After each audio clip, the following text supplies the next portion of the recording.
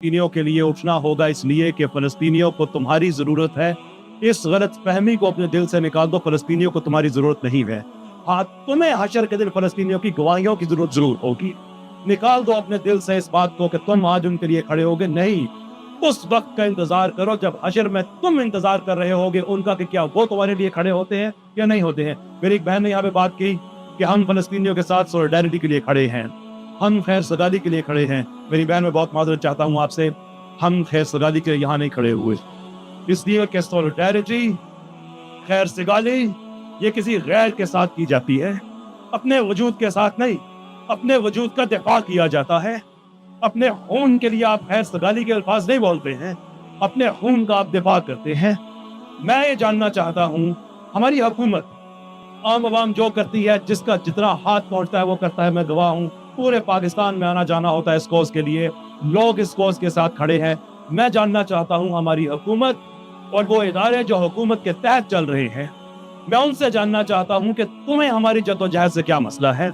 मैं जानना चाहता हूँ वसीम अकरम साहब से कि वसीम अकरम साहब को एतराज हो रहा है कि हम PSL का क्यों बाइकआउट कर रहे हैं। हम आपको बताना चाहते हैं वसीम अकरम साहब कि हमारी ये ख्वाहिश है कि पाकिस्तान इस जंग में आए।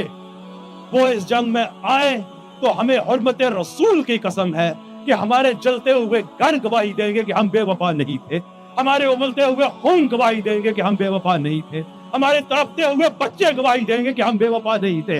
लेकिन अगर तुम हमें वहां पे नहीं लेके जा सकते और खुद जाते नहीं हो तो फिर हमारे पास क्या ऑप्शन है सिवाय इसके कि हमारे खाली स्टेडियम गवाही दे कि हम बेवफा नहीं है। हमारे खाली स्टेडियम चीख चीख के तुम्हें बताएं कि हम खड़े थे तो अर्ज़े रसूल के लिए खड़े थे, उस जगह खड़े थे जो अंबिया की धरती है, जो शहदा की धरती है, जो शहदा की धरती इस तरह से है कि क़यामत तक वो ऐसी जगह है जहां पे जहाद जारी रहेगा। तुम मुसलमानों से उसका मुसलमान होना छीनना चाहते हो।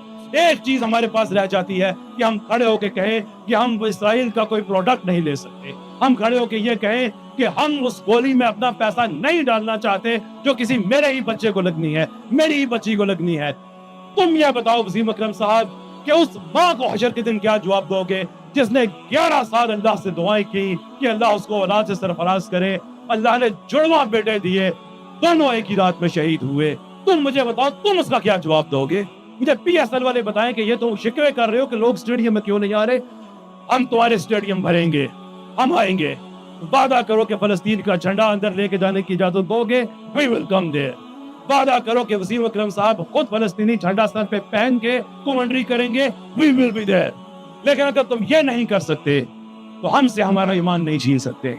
ये हमारे लिए सिर्फ कोई ऐसा मसला नहीं है कि दुनिया में कोई मसला हो गया है, that would be the end of it। नहीं, ये वो जगह है कि अगर जिस्म को घसीट के भी पहुंचना पड़े तो तुमने पहुंचना है। निकाल दो इस ख्याल को कि तुमने फलस्तीन के लिए कुछ करना है। अल्लाह ने जो chosen most people वो उस जगह के लिए इकट्ठे कर दिए हैं। तुम्हारे हिस्से में पता है क्या जहाज देखा है?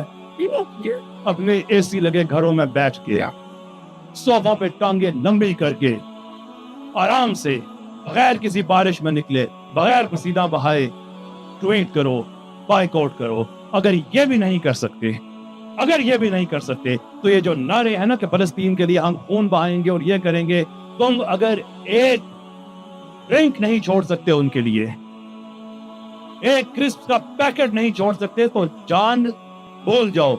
जिनके लिए जान अल्लाह ताला ने इस कॉज के लिए उनकी जान को कम दर बनाया है, वो जानते हैं अपनी जान की कीमत, वो इसलिए वहां पे हैं। तुम यहाँ पे अपने हिस्से का काम करो, अल्लाह जिनसे अपने हिस्से का काम दे रहा है वो करेंगे।